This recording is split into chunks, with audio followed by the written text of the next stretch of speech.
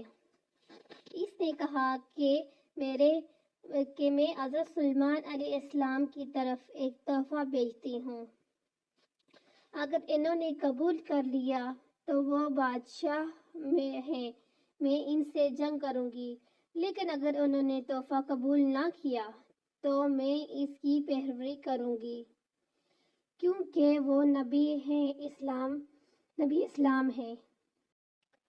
جب ملکہ سبا کے سپاہی دربار پہنچے تو انہوں نے دیکھا تو شرمندہ ہوئے۔ حضرت سلیمان علیہ السلام نے ملکہ کے قاصدوں سے کہا، کیا تم لوگ مال سے میری مدد کرنا چاہتے ہو؟ مگر دیکھ لو، جو کچھ اللہ نے مجھے دے رکھا ہے اور وہ اس سے بھی زیادہ ہے جو تمہیں دیا ہے، لہٰذا تمہارا تحفہ تمہیں مبارک ہو۔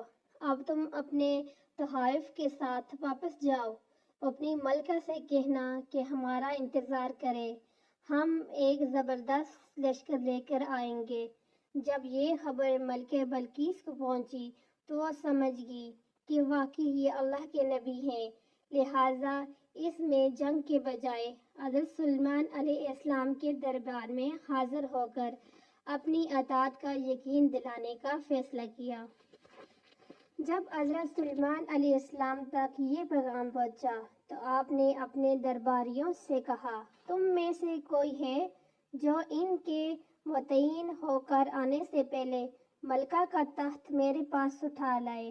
ایک دیوا ہیکل جن نے کہا، آپ کے دربار کو برخاست کرنے سے پہلے میں اسے لا سکتا ہوں، میں اس کام کی پوری قوت رکھتا ہوں اور ایماندار بھی ہوں۔ پھر ایک اور شخص جس کے پاس کتاب کا علم تھا، اس نے کہا، میں یہ تخت آپ کو آپ کے پلک جھپکنے سے پہلے ہی لا دوں گا۔ پھر حضرت سلیمان علیہ السلام نے اس تخت کو اپنے پاس رکھا ہوا دیکھا تو پکار اٹھائی، یہ میرے پروردگار کا فضل ہے تاکہ وہ مجھے آزمائے کہ میں شکر کرتا ہوں یا ناشکری، اور جو شکر کرتا ہے تو اس کا شکر اس کے اپنے ہی لیے مفید ہے، اور اگر کوئی ناشکری کرے تو میرا پروردگار بے نیاز ہے، وہ اپنی ذات میں بزرگ و برتر ہے۔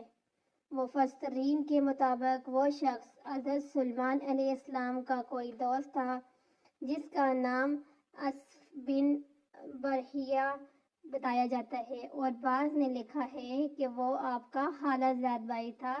کہا جاتا ہے کہ اس تخت کی لمبائی 80 ہاتھ، عرض 40 ہاتھ، اونچائی 30 ہاتھ تھی۔ اس میں موتی، سرخ یاقوت، سبز مرمر جڑے ہوئے تھے۔ حضرت سلیمان علیہ السلام نے اس تخت میں رد و بدل کر دیا اور اسے پہلے سے بھی بہتر بنا دیا۔ جب ملکہ بلقیس حضرت سلیمان علیہ السلام کے دربار میں حاضر ہوئی تو آپ نے پوچھا، کیا تمہارا تخت بھی اسی طرح کا ہے؟ اس نے کہا، یہ تو گویا ہو بہو وہی ہے، اور ہمیں تو پہلے ہی معلوم ہو گیا تھا اور ہم فرماندار ہو چکے ہیں۔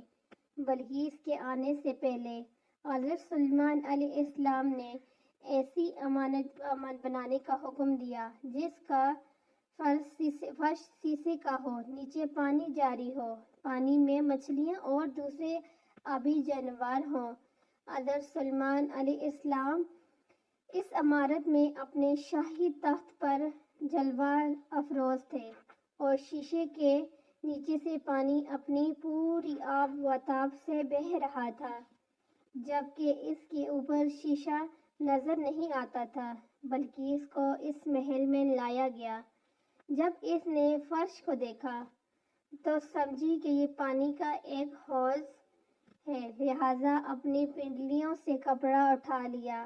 سلیمان علیہ السلام نے کہا، یہ تو شیشے کا چکنا فرش ہے۔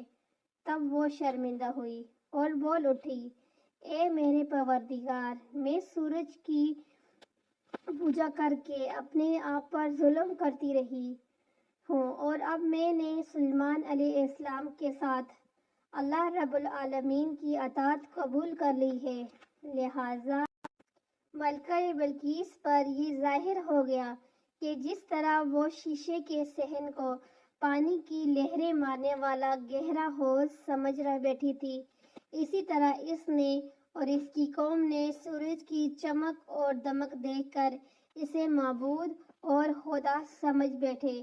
اسے اپنی فوج پر غلطی پر نہایت ہی شرمندگی ہوئی۔